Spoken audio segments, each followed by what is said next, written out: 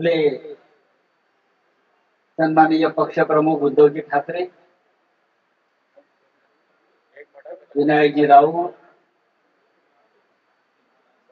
गणपत कदम,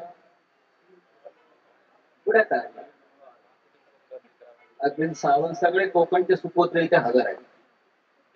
आणि त्यात आता भर पडलेली आहे आपल्या सहदेवाची. महाभारतातली 3 प्रमुख पात्र इथे उपस्थित आहेत. उद्धवा म्हणजे श्रीकृष्ण,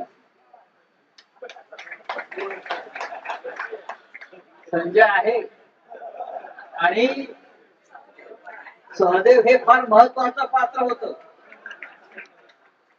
धर्मराजाचा अत्यंत जवळचा जर कोण असेल तर तो सहदेव होतो.